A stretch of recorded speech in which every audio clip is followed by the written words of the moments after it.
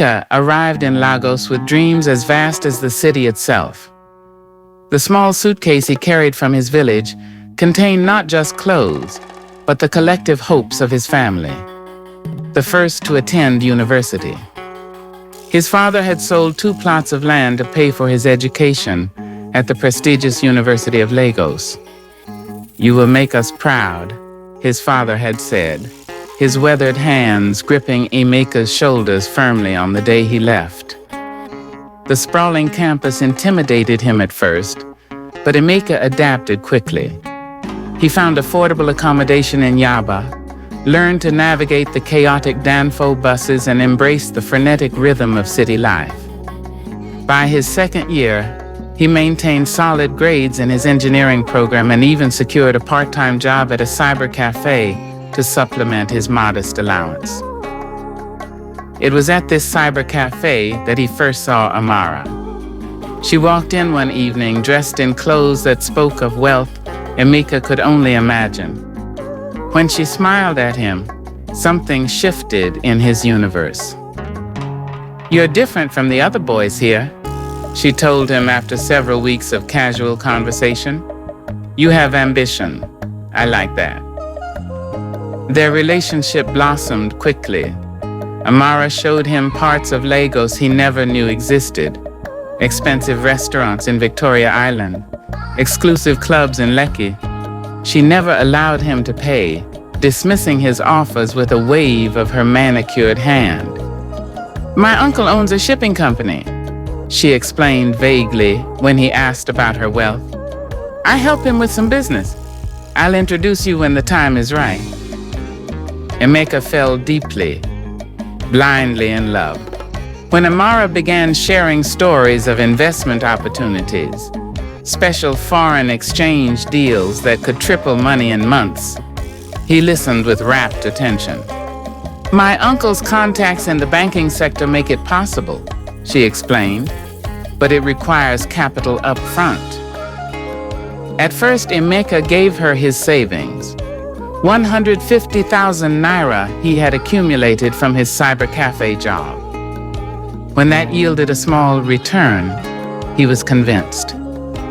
"Imagine what we could do with more," Amara whispered one night, her head on his shoulder. "We could start our life together properly." The next day, Emeka called his father and crafted an elaborate lie about an unexpected tuition increase and potential expulsion.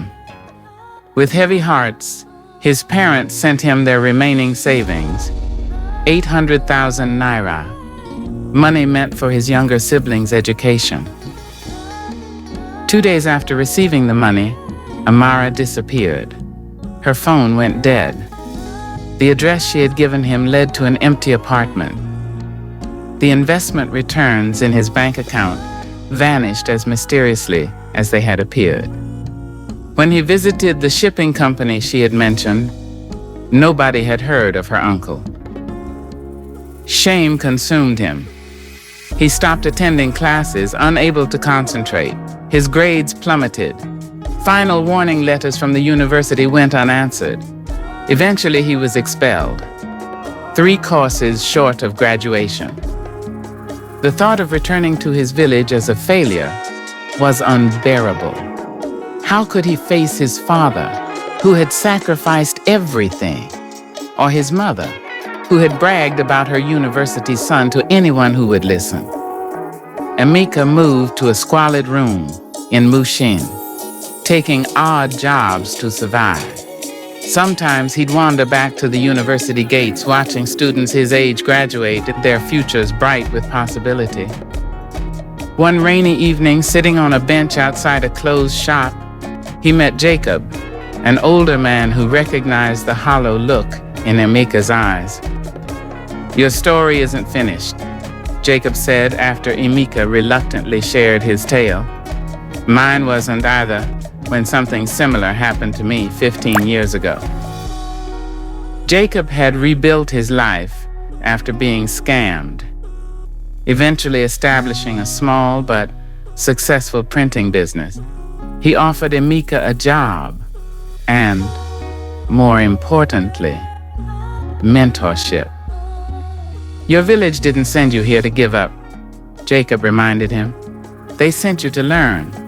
Maybe not the lesson you expected, but a valuable one nonetheless.